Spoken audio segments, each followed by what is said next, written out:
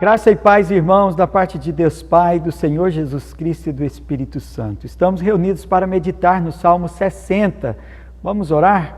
Senhor Deus e Pai, obrigado, Senhor Deus, porque o Senhor nos tem alimentado. Rogamos que o Senhor não nos deixe faltar o pão de cada dia, a paz, que no nosso lar, ó Pai, tenha provisão de pão e provisão do pão do céu. Que o Senhor nos alimente física e espiritualmente, em nome de Jesus. Amém. Amém. Nós vamos continuar o estudo do Salmo 60, então eu convido você a abrir sua Bíblia no livro dos Salmos, Salmo 60, a partir do verso 6. Falou Deus na sua santidade: exultarei, dividirei Siquém e medirei o vale de Sucote. Meu é Gileade, meu é Manassés, Efraim é a defesa da minha cabeça. Judá é o meu cetro, Moabe, porém, é a minha bacia de lavar. Sobre Edom atirarei a minha sandália, sobre a Filistia jubilarei. Quem me conduzirá à cidade fortificada? Quem me guiará até Edom? Não nos rejeitaste, ó Deus? Tu não sais, ó Deus, com os nossos exércitos. Presta-nos auxílio na angústia, pois vão é o socorro do homem. Em Deus faremos proezas, porque Ele mesmo calca aos pés os nossos adversários. Amém. Como vimos, irmãos, houve nesse salmo a revelação dos reveses, das muitas dificuldades, das batalhas de Israel contra os sírios de Edom e de Zobá. E em alguns momentos tiveram que recuar e o salmista sentiu-se abandonado por Deus, como se Deus já não saísse com os seus exércitos, por isso eles enfrentavam muita dificuldade na batalha, né?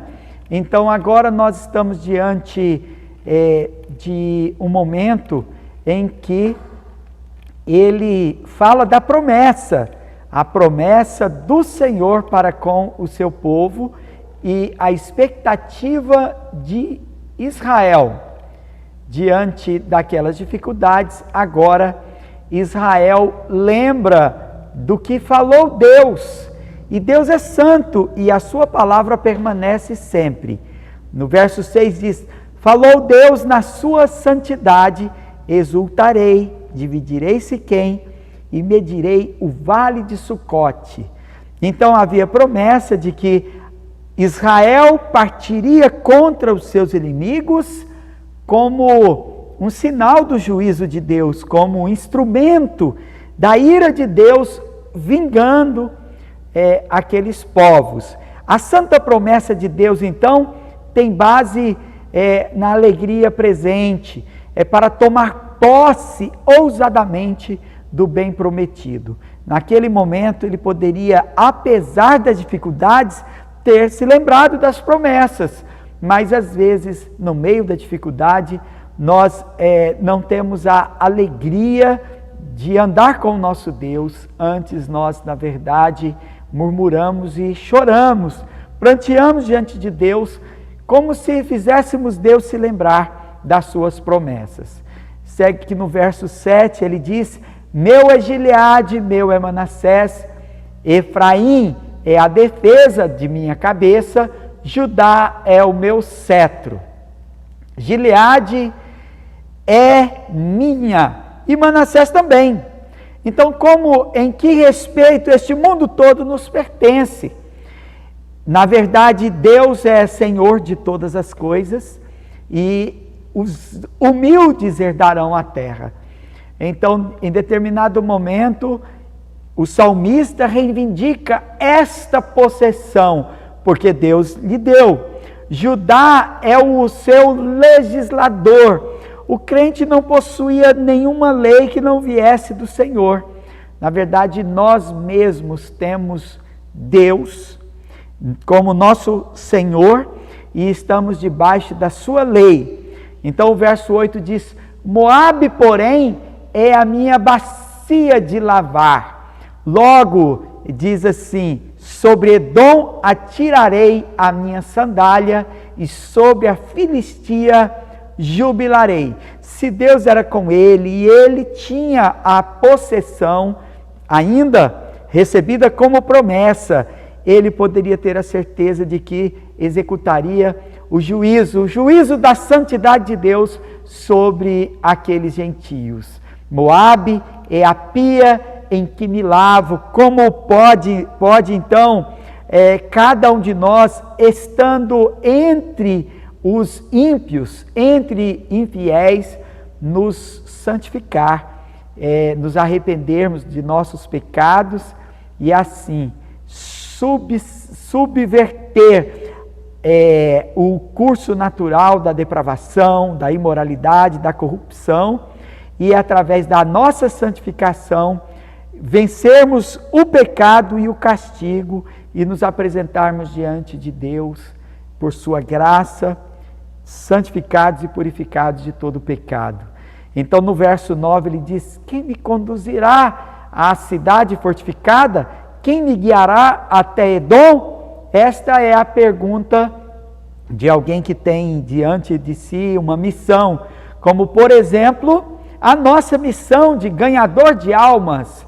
O objetivo do nosso ataque hoje é bem diferente do objetivo de ataque de Davi e de seus exércitos. O objetivo do nosso ataque hoje é conquistar não uma cidade fortificada, cercada de soldados, mas o forte do coração do homem, bloqueado pela depravação, pela ignorância, pelo preconceito, pela cultura, pelos costumes.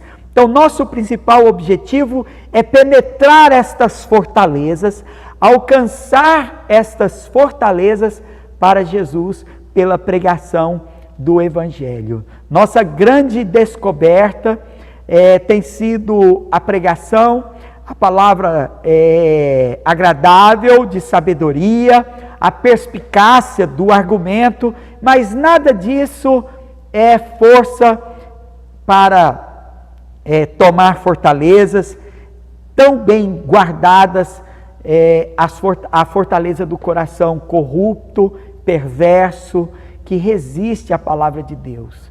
Então a única forma de conquistarmos o coração humano pela pregação é através da operação do Espírito Santo. Então todos os instrumentos da nossa pregação, tanto a eloquência, a sabedoria, a perspicácia da argumentação, nada disso pode forçar a porta, mas o Espírito Santo potencializa estas coisas e, pelo poder e graça do Espírito Santo, nada pode resistir à pregação por causa da ação do Espírito Santo. Então, não é a habilidade, a eloquência, o conhecimento, a técnica, a estratégia da perspicácia da argumentação que força a porta, mas o Espírito Santo quem abre a porta do coração do ímpio para que ele receba a mensagem implantada dentro de seu coração. Veja que no verso 10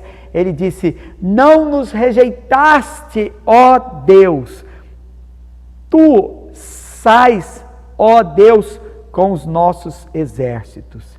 Ele acredita que se Deus não o rejeitou, então Deus sai com os seus exércitos. Então tudo que a gente vai fazer, se não estivermos com o Senhor conosco, nós não realizaremos com sucesso nenhuma tarefa.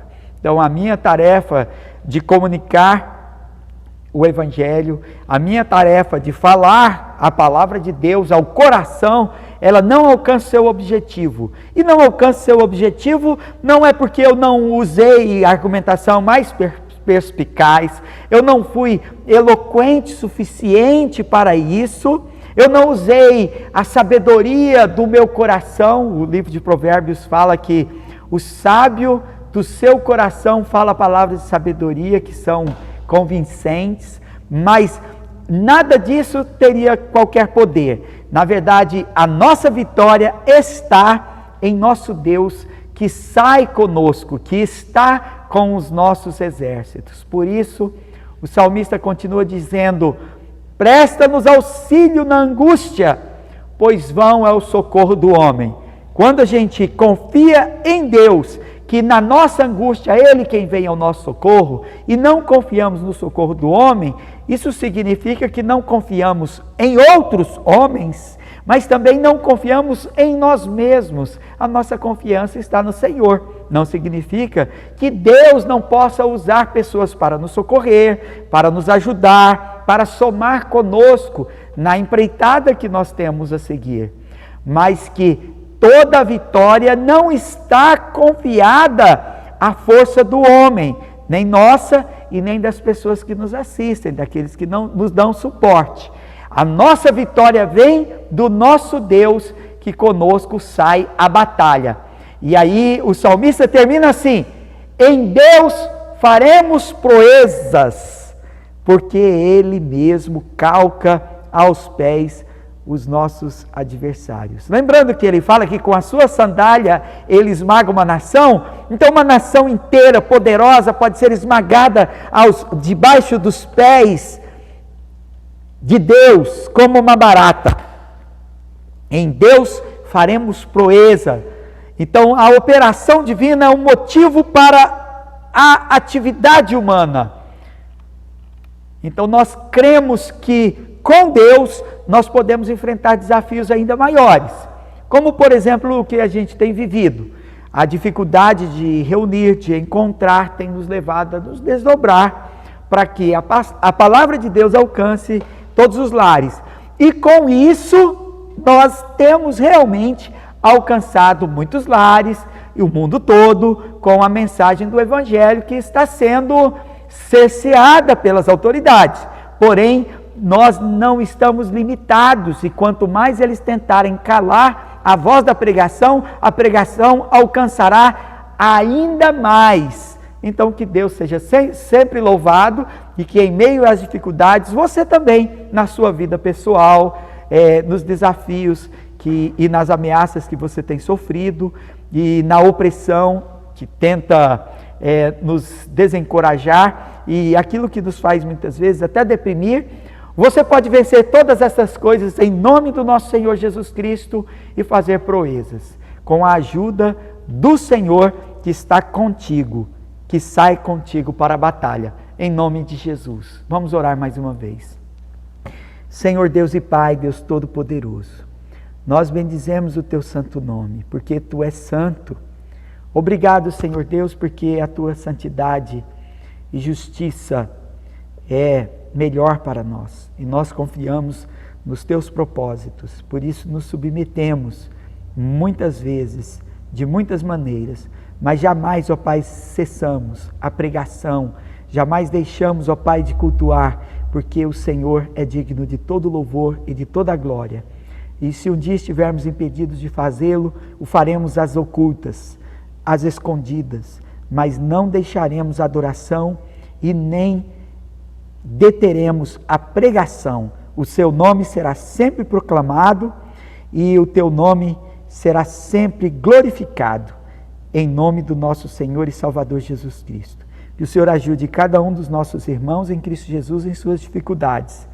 Ajude-nos a superar este momento que passamos de pandemia e também, Senhor, de ameaça por causa da crise política e econômica. Nós estamos com o Senhor, saímos com o Senhor a peleja e o Senhor nos dará a vitória em nome de Jesus. Amém.